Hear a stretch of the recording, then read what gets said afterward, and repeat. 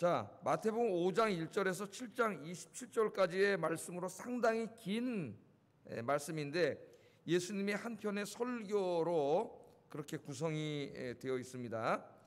자, 4장부터 한번 이렇게 생각을 해보세요. 4장하고 5장을 연결시켜서 생각을 해보세요. 예수님이 제일 먼저 이제 어떻게 하셨어요? 사역하시기 전에 세례 받으시고 하늘에서 이제 이는 내 사랑하는 아들이요 기뻐하는 자다 하는 메시아 승인 인정을 받으시고 그 다음에 성령에 이끌려서 40일 동안 금식 기도하시고 그 다음에 사탄의 시험을 받으셨죠.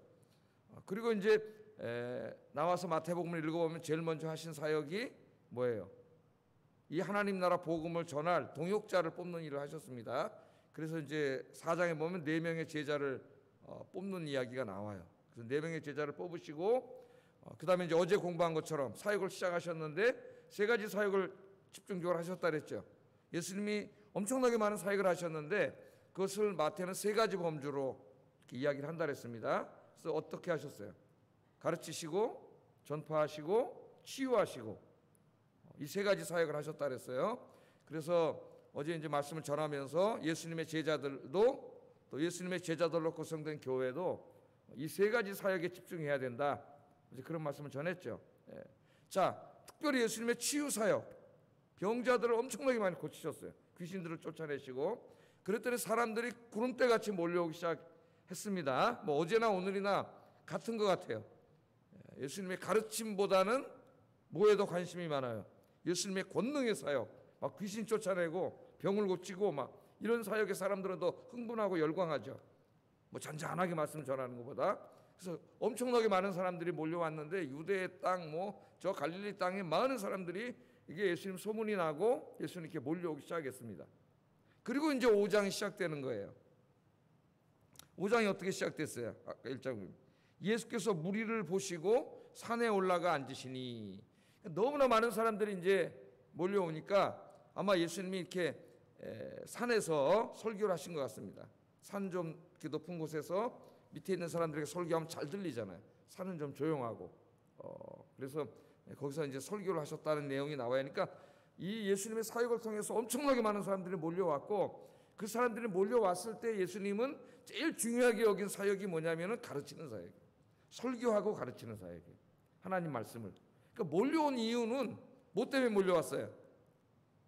가르침을 받으려고 물론 온 그런 참 거룩한 사람도 있겠지만은 대부분은 예수님의 권능의 사역, 초자연적인 능력, 막 병고침, 귀신 쫓아냄 이런 사역 때문에 왔겠죠. 엄청나게 많은 사람이 왔을 때 예수님은 더 이상 그런 사역보다는 어떤 사역에 집중하고 계시냐면 이 하나님 말씀을 선포하고 가르치는 사역에 집중하고 계셨다. 성경은 그렇게 이야기를 하고 있습니다. 자, 그래서 이제 이 산상설교 거기서 긴 설교 이제 오늘부터 이 가르치게 될 이 긴 설교를 예수님께서 하셨는데 이 산상설교는 어떤 말씀이냐면은 예수님이 전한 천국 복음을 받아들이고 천국 시민이 된 사람들, 다시 말하면 예수 믿고 구원받은 사람들이 이 땅에 사는 동안 어떻게 살아야 되느냐 하는 문제를 다루고 있어요. 삶의 문제. 예수 믿고 구원받은 사람, 나는 구원받았으니까 이제 그냥 내 마음대로 살아야지, 그렇게 살면 안 된다는 거예요. 구약에 보면은 하나님과 언약을 맺은 하나님의 백성들은 그렇게 살면 안 되죠. 자기 마음대로 살지 못합니다. 그래서 하나님께서 율법의 말씀을 주셨어요. 그들은 하나님의 말씀대로 살아야지 세상 사람들처럼 그렇게 살면 안 돼요. 마찬가지로 이 산상설교의 말씀을 통해서 하나님께서는 예수 믿는 사람들이 어떻게 살아야 되느냐를 가르쳐 주셨습니다. 그래서 이 제자도에 관한 말씀이에요. 이제 오늘부터 산상설교 말씀을 하나하나 묵상하면서 진짜 예수 믿는 사람이 되시기를 주의 이름으로 축복합니다. 예. 자, 그러면 산상설교 말씀을 들어가기 전에 조금 산상설교에 대한 서론을 좀 공부할 필요가 있습니다.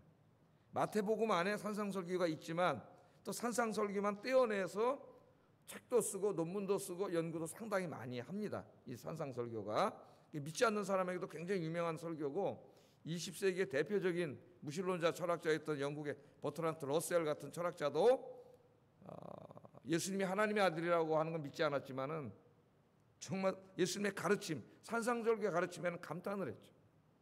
오른뺨을 때리면 왼뺨을 내어주라 그러고, 겉옷을 달라 그러면 속옷까지 주고, 심지어는 네 원수까지 용서할 뿐만 아니라 사랑하고 축복하라고 하는 이 말씀에 감탄을 했어요. 자, 그래서 우리가 이 말씀들을 정말 우리가 하나하나 말씀대로 살아갈 때에만 진짜 예수님의 제자가 되고 참 그리스도인이 될 수가 있는 겁니다. 그래서 한번 좀 살펴보는데 서론적인 부분을 보겠어요. 산상설교는 크게 이제 세 부분으로 나뉘어져 있습니다. 세 부분으로. 사람들마다 조금 이제 이 스트럭처는 다르게 나눌 수도 있어요. 세 부분으로 나눠져 있는데 이제 1절부터 16절까지는 이 천국 시민들의 8가지 삶의 특징에 대해서 이제 팔복이라고 우리가 흔히 말하는, 어떤 사람은 구복이라고 말하는 사람도 있습니다. 우리는 이제 팔복이라고 말하는 이 말씀이고요. 두 번째 부분은 5장 17절부터 7장 23절까지 이 두 번째 부분이에요. 이게 이제 산상설교의 본론 부분으로서 천국 시민들의 삶의 규범에 대해서 상세하게 가르치고 있습니다. 삶의 규범. 그러니까 내 생각대로 내 뜻대로 살면 안 된다는 거예요. 하나님이 주신 삶의 규범이 있어요. 그 규범에 대해서 가르치는데 여기에는 이제 분노라든가 간음이라든가 맹세, 보복, 원수사랑, 구제, 기도, 금식, 경제생활, 염려, 다른 사람을 비판하는 것 등 다양한 주제들을 다루고 있습니다.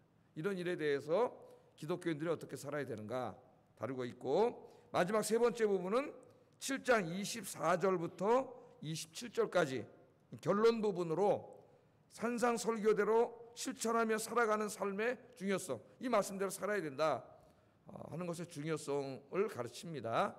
그래서 이제 이렇게 한번 좀 나누어서 아침에 좀 오래 걸리겠죠? 네, 우리가 공부를 해볼 거예요. 자, 다음으로 생각해 볼 것은 이신칭의 복음과 산상설교와의 관계입니다. 관계. 우리는 이제 이 복음을 사도 바울의 가르침, 특별히 로마서와 갈라디아서의 가르침으로 복음을 받아들여서 믿고 있습니다. 로마서도 공부했고 갈라디아서도 공부를 했어요. 갈라디아서도 제가 다 주일 아침에 오래전에 강의를 했는데, 오래전에 강의한 영상 자료들이 다 없어져가지고 갈라디아서라든가 누가복음이라든가 뭐 이 마태복음도 오래전에 다 했었죠. 마태복음, 창세기, 시편 거의 다 강의했는데 다 없어졌어요. 참 아쉽죠. 그게 다 있었으면 그냥 영상에 올려놨으면 좋은데, 그래서 이제 다시 해야 돼요. 제가 다시 할 거예요. 조금씩 다 할 겁니다. 자, 우리 어떻게 해야 구원을 받죠? 사도 바울이 뭘 강조? 로마서 갈라디아서를 읽으면 행위로 구원받는 게 아니라 우리 인간의 선한 삶으로 구원받는 게 아니고 예수 그리스도를 믿음으로 구원받습니다 하는 이신칭의, 믿음으로 구원받는다고 하는 이 칭의론을 굉장히 강조해서 가르치죠. 예? 그래서 행위로 구원받는 게 아니다. 우리가 아무리 죄인이라도 주님의 은혜로 용서받고 구원받습니다. 이걸 우리가 배웠어요. 근데 이 이신칭의의 전제를 가지고 산상설교를 읽으면 굉장히 어렵습니다. 이해하기가. 왜냐하면 7장 맨 마지막 절에 보면 산상설교 말씀대로 살지 않는 사람은 하나님 나라에 들어오지 못해요. 그렇게 돼 있어요. 말씀이. 나더러 주여 주여 하는 자가 다 구원을 받는 게 아니라 하잖아요. 예수님께서. 그럼 믿음으로 구원받고 행위로 구원받지 않는다는 로마서와 갈라디아서의 전제를 갖고 산상설교를 읽으면은 이해할 수가 없어요. 제가 이제 신대원 다닐 때, 지금 고인이 되셨습니다마는 고 정운택 교수님 이 산상설교 과목을, 이게 아마 선택 과목인가 그랬을 거예요. 제가 듣고 페이퍼를 써서 낸 적이 있어요. 그때 이제 쓴 제목이 이신칭의와 이 산상설교, 이 기독교인의 삶에 관해서 구원론과 연결해가지고 페이퍼를 써가지고, 하여튼 제가 이 손가락에 꼽을 몇 사람 중에 A+로 받았습니다. 지금도 논문이 있는데 잘 써갖고 고신 측에서 나오는 신학 잡지에도 나왔어요. 신학 잡지에도 제가 원고료도 받고 리포트 써서 내고 원고료도 받았어요. 제가 그것을 그래서 저렇게 생각이 납니다. 자, 그런데 오늘 산상설교를 읽으면 전혀 다른 이야기가 나요. 믿음에 대한 이야기가 한 번도 나오지 않아요. 산상설교에는. 예수님이, 잘 보세요. 예수님을 믿고 천국 복음을 받아들인 구원받은 사람들이 엄청나게 많이 몰려왔을 때 예수님이 산에서 설교를 하시는데 그 설교의 중요한 주제가 보면은 나중에 보면 7장의 제일 끝에 가서 보면은 이 구원받는 거예요. 하나님 나라 들어가는 거예요. 그런데 여기 믿음이라는 얘기가 나오지 않아요. 계속 삶에 대한 얘기만 나옵니다. 심지어는 아까 제가 잠깐 말씀드렸던 오른뺨을 때리면 왼뺨을 내줘야 되고, 겉옷을 달라면 속옷까지 다 줘야 되고, 오리를 가자면 십리를 가야 돼. 원수를 사랑하고 용서하고 사랑하고 심지어는 그를 축복하라 그랬어요. 이런 말씀을 하십니다. 야, 이 말씀을 읽어보면은 우리가 이게 상당히 힘들어져요. 만약에 내가 로마서를 이제 처음 예수를 믿었습니다. 로마서를 읽기 전에 마태복음 산상설교를 먼저 읽었다면은 아마 이렇게 살아야 구원을 받는구나 이렇게 생각했을지도 몰라요. 이 말씀이. 그러면 우리가 이 말씀을 읽을 때 진짜 이거 믿어서 구원받는 것인지 아니면 산상설교처럼 살아야 구원을 받는 것인지 이걸 가지고 고민하게 됩니다. 여러분, 구원은 믿음으로 받는 겁니까? 아니면 산상설교 말씀처럼 살아야 구원을 받는 겁니까? 우리는 잘 알고 있잖아요. 정답은 뭐예요? 구원은 믿음으로 받는 것이죠. 우리의 선한 삶을 통해서 우리가 어떻게 구원을 받아요? 우리의 선한 삶으로 하나님의 공의를 만족할 수가 없어요. 타락한 이후에 그런 삶을 살지도 못할 뿐만 아니라 우리의 구원은 믿음으로 받는 거예요. 그럼 왜 산상설교에서는 이렇게 엄청난, 그것도 굉장히 수준 높은 이 도덕적인 수준을 우리에게 요구하는가? 산상설교 예수님의 말씀은 이 믿음으로 구원받는다는 걸 부정하는 게 아니죠. 그걸 가르치신 분이 예수님입니다. 믿음을 부정하는 게 아니라 믿음을 정의, definition, 믿음이 무엇인가에 대해서 가르치는 말씀이에요. 정말 참된 믿음은 무엇인가? 그것은 산상설교에서 가르치는 이런 삶으로 나타나는 믿음이다. 나타나는 믿음. 우리가 행위로 구원받지 않습니다. 믿음으로 구원받는데 정말 믿습니다 그럴 때 정말 그 믿습니다는 뭐냐 이거예요 도대체. 믿는다 그래 놓고 그 다음날 나가서 세상에 나가서 엉망진창으로 자기 멋대로 죄 짓고 다 세상 사람처럼 똑같이 욕심과 탐욕에 빠져서 사는 그 사람을 과연 믿는다고 할 수 있을까요? 거짓말을 밥 먹듯이 하고 남과 싸우고 다투고 불의를 행하고 속이고 이 사람이 나 예수 믿어요 그러면 믿는다 할 수 있느냐 이거예요. 산상설교에서 보면 그거는 믿음이 아니에요. 참된 믿음이 아닙니다. 그건 착각이에요. 자기가 믿는 게 아니에요 아직까지.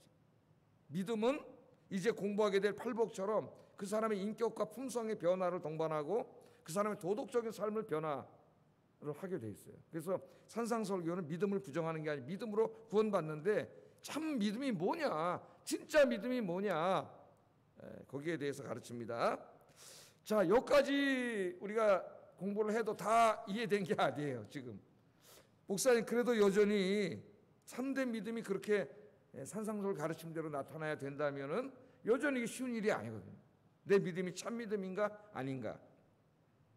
자, 여기까지 이해하고 났을 때도 해결이 되지 않습니다. 그렇다면은 정말 이 산상설교 말씀, 이 말씀을 예수님이 실천하라고 진짜 우리가 이 땅에서 이 죄인된 인간이 이 말씀대로 살라고 주신 말씀인가? 의문을 품기 시작했어요 사람들이. 왜? 이 말씀대로 살기가 우리가 뭐 경험해 보지만 정말 뭐 그냥 대충 사는 사람에게는 뭐 아무 문제도 안 되겠지만 정말 성경을 읽고 묵상하면서 말씀대로 살려고 몸부림치는 사람에게 너무나 어려운 말씀이에요. 오른뺨을 맞았는데 왼뺨을 내놓을 수 있습니까 인간이?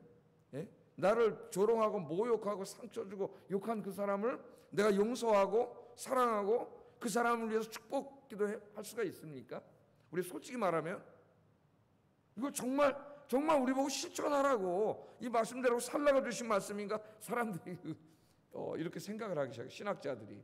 그래서 이 중세에 보면은 중세 신학자들은 이 산상설교를 일반 성도들은 해당되지 않는다고 생각을 했어요.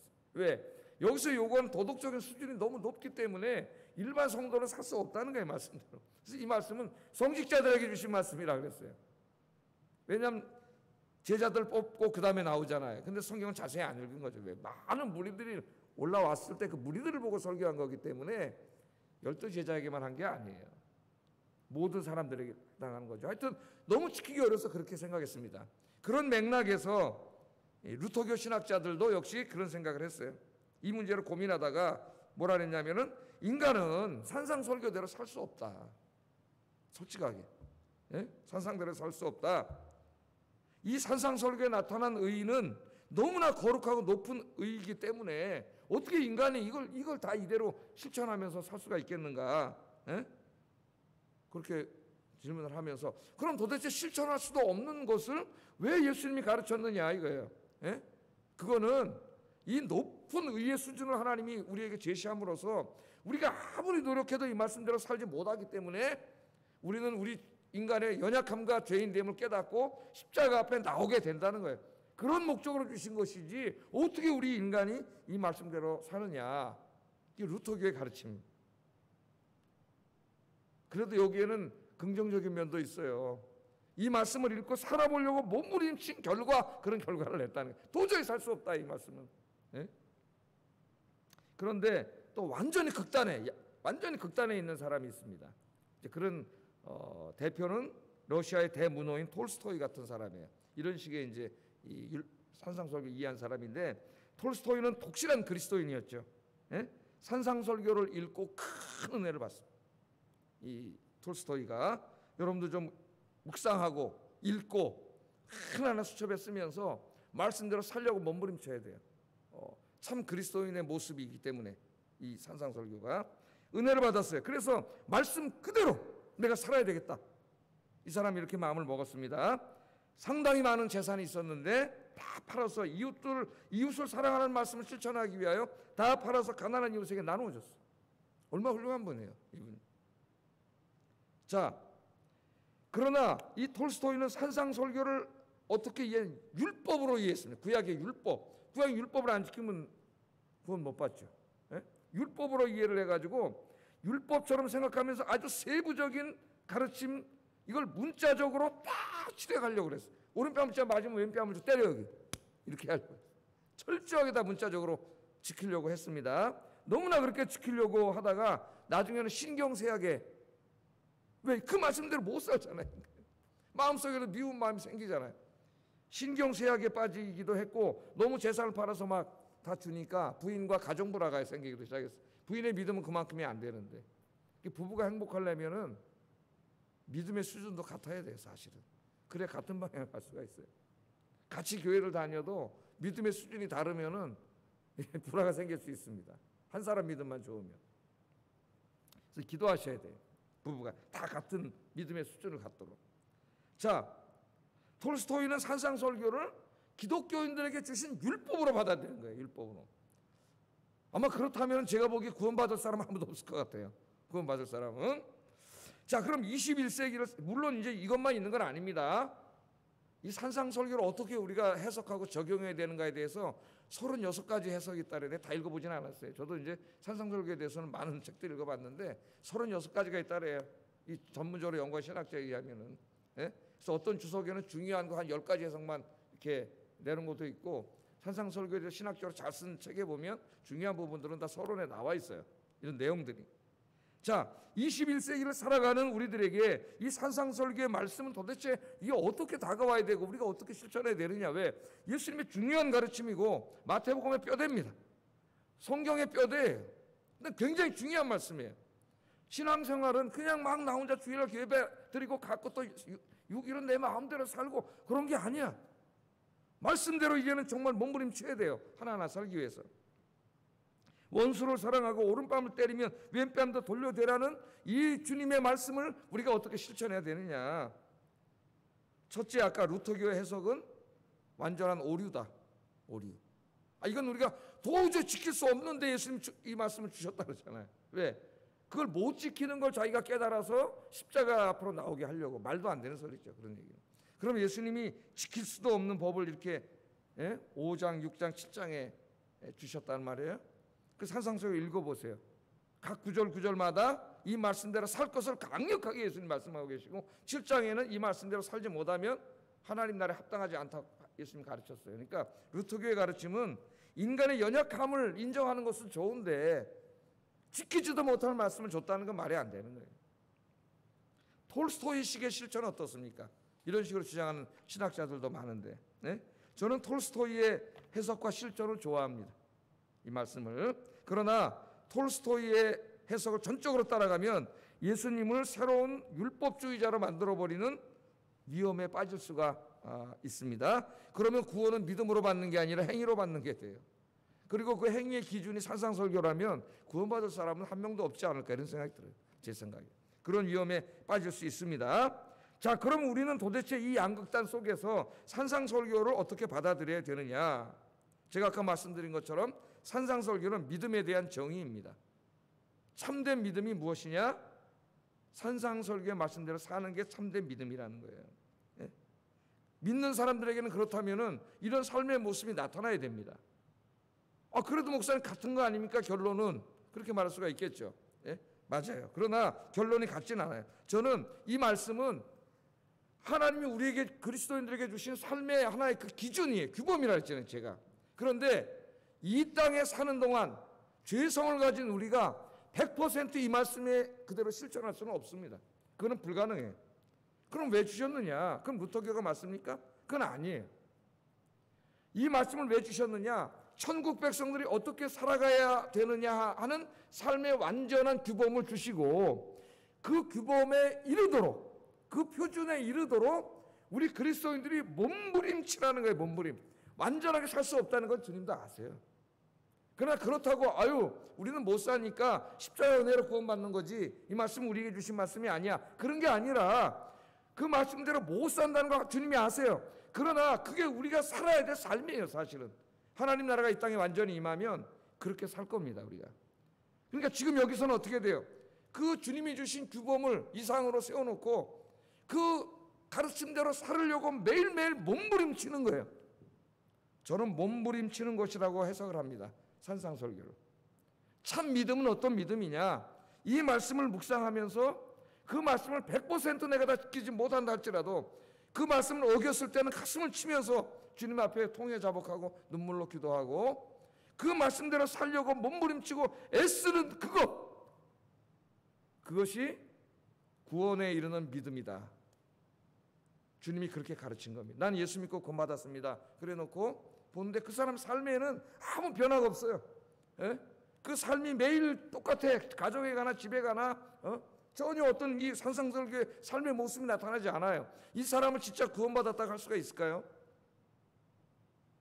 우리가 비록 이 말씀대로 살지 못한다 할지라도 그래도 매일매일 그 말씀대로 살려고 정말 가슴을 치고 몸부림치고 오늘도 이 말씀을 들으면서 그 말씀대로 살려고 애쓰는 사람이 진짜 그리스도인이에요. 진짜 그리스도인. 그래서 우리 이 복음주의에서 그 철학자 중에 키에르케고르라고 제어렌 키에르케고르라고 하는 실존주의 철학자가 있어요. 이 사람이 이제 독실한 그리스도인이었는데 이 사람 실존주의자입니다. 그래서 늘 하나님 말씀을 톨스토이처럼 묵상하고 저녁에 하나님 앞에 하루를 결산하는 기도를 하잖아요. 오늘 내가 어떻게 살았는가 기도할 때 그 말씀대로 살지 못한 자신을 가슴을 찢으면서 매일 통회 자복하고 기도했던 정말 철저한 실존주의자였어요. 그러니까 어떤 사람들은 학교 다닐 때 보면 톨스토이를 비판하는 사람이 있더라고. 왜? 은혜로 구원받는 건데 뭘 그렇게까지 하느냐 그래. 이런 사람들 때문에 문제예요. 문제. 네? 은혜가 뭔 줄 모르는 거예요. 은혜 받은 사람이 막 살아도 됩니까? 은혜에 합당한 삶을 살아야지. 자기에게 은혜를 주시기 위해서 예수님이 십자가에 죽으셨는데 히브리서에 뭐라 그랬어요? 네가 다시 죄를 지면은 예수님을 다시 십자가에 못 박아 죽이는 거라 그랬어요. 십자가에 못 박는 것이라고. 네? 은혜를 잘못 이해한 거예요. 우리 복음주의 안에서 믿음으로 구원받는다는 의미를 잘못 이해했어요. 오늘 예수님의 산상설교에 참된 믿음은 정말 이 예수님의 이 가르침대로 살려고 애쓰고 몸부림치는 삶으로 나타나야 돼요. 완전하지는 못합니다. 저 자신부터도 완전히 한참 모자르죠. 그러나 그럴 때마다 가슴을 치고 회개하고 또 그 말씀대로 한번 살아보려고. 내가 내 원수를 사랑하지 못해요. 그러나 미운 마음이 생길 때마다 이 말씀이 생각이 나야지. 원수를 사랑하라 했는데 심지어는 축복하라 했는데 가슴을 찢으면서 하나님 내가 그 사람을 용서할 수 있게 해주세요. 사랑할 수 있게 해주세요. 몸부림치는 그것이 바로 산상설교의 믿음이에요. 완전을 요구하는 게 아니라. 오늘 이 아침에 오신 우리 아육교 성도 여러분, 또 이 말씀을 설교로 들으시는 가정에서 성도 여러분, 오늘부터 한 말씀 한 말씀 배우면서 이 말씀을 가슴에 새기고 말씀대로 살기 위해서 정말 몸부림치는 주님의 참 제자들이 되시기를 주의 이름으로 축복합니다. 자, 오늘 한 가지만, 여기서 끝나면 좀 서운하니까 한 가지 팔복 중에 첫째 복을 공부해 보겠어요. 3절에 보면 3절 한번 읽어보겠습니다.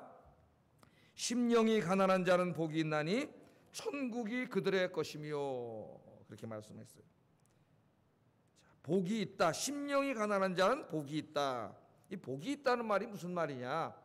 성경에 보면 복 있는 사람, 복이 있다 이런 말이 많이 나오죠. 팔복에도 나오지만 시편에도 여러 번 나옵니다. 복에 대한 정의를 해요. 정의. 근데 복이 있다는 말을 표준 번역이나 이런 다른 한글 성경에는 단순하게 그냥 복되다, 행복하다 이렇게 번역을 했습니다. 그러니까 심령이 가난한 자는 복되다 혹은 행복하다, 우리 성경처럼 복이 있다 이렇게 단순하게 해석할 수도 있고, 또 어떤 신학자는 하나님이 복을 주신다 그렇게 해석을 하는 사람도 있어요. 그러면 심령이 가난한 자에게는 하나님이 복을 주신다. 어떤 복을 주시는 거예요? 천국의 복을 주신다, 그렇게 되는 거죠. 이 말씀이 어떻게 보면 같은 말씀이에요. 심령이 가난한 자는 왜 복이 있어요? 하나님이 복을 주시니까 복되고 행복한 거죠. 돈이 많아서 행복한 게 아니라. 그래서 오늘 이제 첫 번째는 심령이 가난한 자에 대해서 만듭니다. 말씀을 하시는데, 예수님이 지금 갈릴리 바다 산속에 어느 산에 올라가서 설교하는데 엄청나게 많은 사람들이 왔죠. 대부분이 막 병자도 있고 그러는데 갈릴리 지역의 사람들은 대부분 가난한 사람들이에요. 물론 부자도 있습니다. 저 민중신학자들은 예수님이 사역하던 갈릴리 지역은 전부 가난한 사람이라, 그래서 그 사람들 오클로스 그래가지고 민중신학을 만들었는데, 가난한 사람이 많았지만은 부자도 많았죠. 한 지역에 다 가난한 사람만 있었겠어요.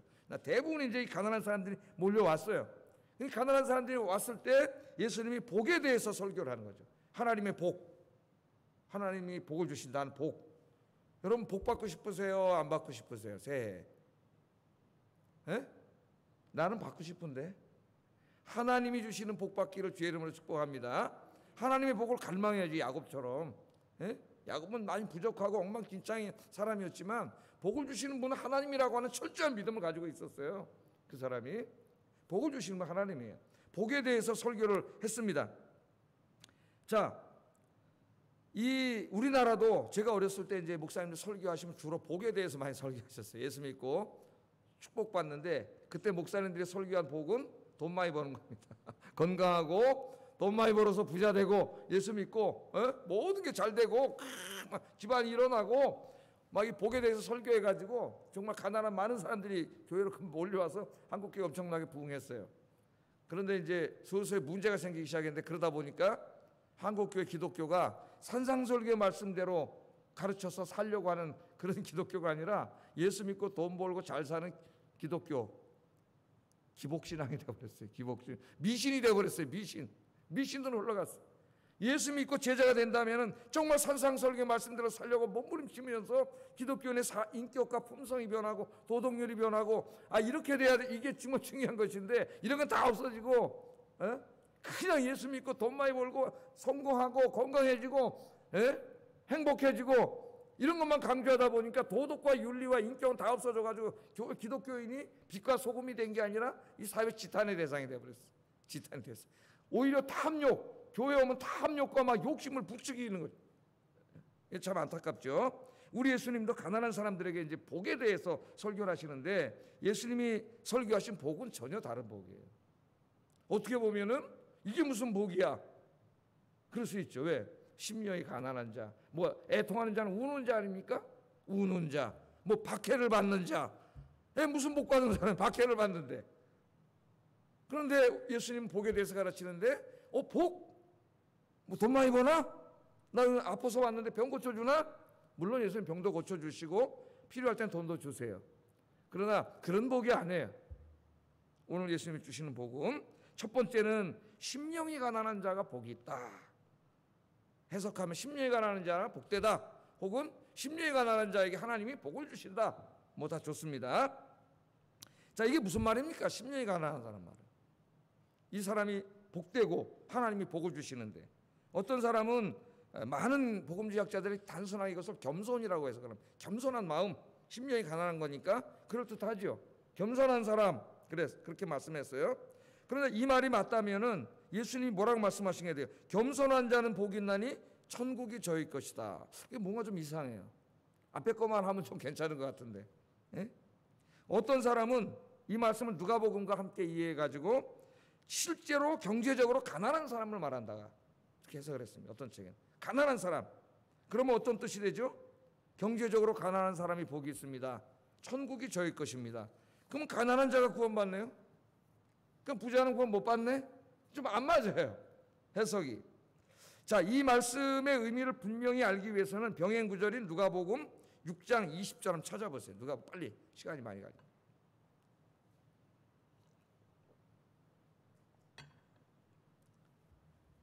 자, 여기에 똑같은 말씀이 있는데 여기에는 앞에 있는 마태복음의 심령이라는 게 없습니다. 뭐만 있어요? 가난한 자가 복이 있다 그랬어요. 가난한 자가. 자, 마태는 심령이 가난한 자가 복이 있다, 예수님 말씀을 그렇게 기록했고, 누가는 심령은 뺐습니다. 그냥 가난한 자가 복이 있다, 그렇게 말씀하셨어요. 자, 그러면 예수님은 가난한 자가 복이 있다고 말씀한 겁니까? 아니면 심령이 가난한 자가 있다고 말씀한 겁니까? 아니면 한 번은 심령이 가난하다고 설교한 적도 있고 또 그냥 가난한 자라고 설교한 적도 있는 겁니까? 뭐 다 가능성이 있습니다. 우리가 정확히는 알지 못하죠. 결론부터 말하면 어떤 식으로 예수님 말씀하셨든지 간에 이 두 말씀은 같은 말씀이에요. 같은 말씀. 왜 같은 말씀이냐? 이스라엘 사람들은 바벨론에게 나라를 빼앗기고 식민 통치를 받은 이후에 500년 이상 동안 계속 식민 통치를 받아왔죠. 우리가 공부하고 있잖아요. 다니엘서에서 4개의 나라가 계속 나타나죠. 바벨론, 메데파사, 헬라, 로마, 우리 계속 공부하고 있습니다. 수요일날 궁금하신 분은 수요일 다니엘서 강의를 공부를 하세요. 홈페이지에 들어오셔가지고. 자, 이 나라를 계속 500년 동안 뺏기면서 이스라엘 사회에서는 언제부턴가 가난과 경고는 동의어가 됐어요. 왜?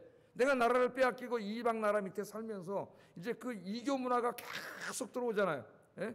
들어오면서 그 땅에서 그들과 협력하고 불의를 행하고 그렇게 살지 않고는 부를 축적할 수 있는 방법이 없는 거죠. 그러니까 정말 거기서 하나님 말씀을 실천하고 정직하게 살면은 가난해질 수밖에 없었어요. 돈을 벌고 부자가 되려면 불의와 타협을 해야 돼, 어느 정도. 그 다 불의한 정권이잖아요. 이방 정권이고 그 이방 제사도 드려야 되고. 예? 그렇게 살다 보니까 정말 하나님을 섬기고 경건하게 살던 사람들은 이제는 어떻게 돼요? 돈을 벌 수가 없어요. 그래서 가난하게 된 거예요. 그 한 인간의 어떤 개인적인 능력 때문에 가난해진 그런 가난을 말하는 게 아닙니다. 자발적인 가난이에요. 내가 정말 하나님을 경외하고 예배하고 말씀대로 살기 위해서 돈벌이가 될 수 있는 저 이교인들의 어떤 제사라든가 저들의 삶의 방식에 참여하지 않은 거예요. 그러면서 이들의 마음속에는 세상에 대한 부와 욕심, 탐욕 이런 것들은 내려놓고 그냥 하나님 한 분만으로 만족하며 살게 된 겁니다. 하나님 한 분만으로, 돈 없어도 하나님께 소망 두고 하나님만 의지하고 하나님 한 분만으로 만족하고 살게 된 거예요. 그래서 이 예수님 시대까지 오면서 경건과 가난은 어떻게 보면 동의어가 됐어요. 가난한 사람이 다 경건하다, 그런 말은 아닙니다. 정말 이 사람이 하나님 말씀대로 경건하게 살기 위해서 가난해진 거예요. 그러니까 지금 이 마태복음에서 심령이 가난한 자라고 하는 것은 바로 그러한 의미가 여기에 있다. 그런 의미가. 마태는 그 정말 심령이 가난해서 하나님만 의존하고 세상에 욕심 부리지 않는 그런 믿음의 태도를 강조한 것이고, 누가는 그 결과로 경건하게 가난해진 그것을 강조할 뿐이지, 이 두 말씀은 사실은 같은 말씀이에요. 같은 말씀. 자, 그럼 정리가 됐죠? 심령이 가난한 자는 어떤 사람이에요? 심령이 가난한 자는 세상에 소망 두지 않고 세상을 의지하지 않고 하나님께만 소망 두고 하나님만을 의지하며 사는 사람입니다. 그 결과 세상에 대한 모든 탐욕과 욕심을 버리고 하나님이 주신 것들의 삶에 가난하더라도 자족하면서 감사하면서 주님 한 분만으로 뭐예요? 만족합니다.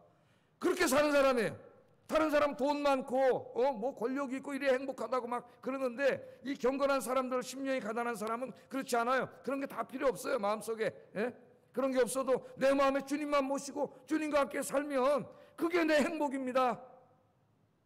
주님만 생각해도 행복하고 기쁜 사람, 그 사람이 누구냐면은 심령이 가난한 사람이에요. 그래서 마음에 세상에 대한, 물질에 대한 탐욕과 욕심이 다 사라지고 오직 하나님께만 소망 두고 사는 사람. 그 진짜 믿는 사람이죠. 그 사람이 심령이 가난한 사람. 그 사람이 복이 있고 하나님이 그 사람에게 복을 주신다, 그런 말입니다. 그래서 나중에 사도 바울은 디모데전서 6장 6절 8절에서 그러나 자족하는 마음이 있으면 경건은 큰 이익이 되느니라. 우리가 세상에 아무것도 가지고 온 것이 없음에 또한 아무것도 가지고 가지 못하리니 우리가 먹을 것과 입을 것이 있은즉 족한 줄로 알 것이니라. 이게 심령이 가난한 사람이에요. 이게 심령이, 먹을 것과 입을 것이 있은즉 자족하고 감사하고 사는 사람. 디모데전서 6장 17절 내가 이 세대의 부한 자들을 명하여 마음을 높이지 말고 탐욕과 욕심을 부리지 말고, 그 말이죠. 정함이 없는 재물에 소망 두지 말고 오직 우리에게 모든 것을 후히 주사 누리게 하시는 하나님께 소망을 두고 살라. 그 사람이 바로 누구예요? 심령이 가난한 자. 심령이 가난. 그냥 경제적으로 가난한 자도 아니고 겸손한 자도 아니고 정말 이 마음속에 욕심과 탐욕을 다 내버리고 주님 한 분만으로 만족하고 주님만을 소망하면서 그렇게 믿음의 삶을 살고 산상설교 말씀대로 사는 사람이 심령이 가난한 자. 그 사람이 복이 있다. 하나님이 복을 주신다. 어떤 복을 주시냐? 천국의 복을 주신다. 그 말은 그냥 나중에 죽어서 천국 간다는 말 아닙니다. 그런 의미도 있죠, 궁극적으로는. 그러나 현재의 복을 주세요. 어떤 복이에요? 천국은 뭐라 그랬어요? 하나님의 통치라 그랬죠, 제가. 하나님의 통치. 그 사람은 하나님께서 성령으로 강력하게 그 사람의 삶을 지배하심으로 하나님 나라의 복을 여기서 누려요. 그게 뭐라 그랬어요? 샬롬이 이루어져요. 마음의 기쁨과 평강이 넘침.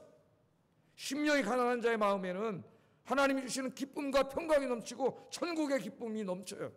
천국의 행복이 넘쳐요. 돈 때문에 오는 행복이 아니라 하나님 때문에 오는 행복. 그 행복이 넘치는 여러분 되기를 주의 이름으로 축복합니다.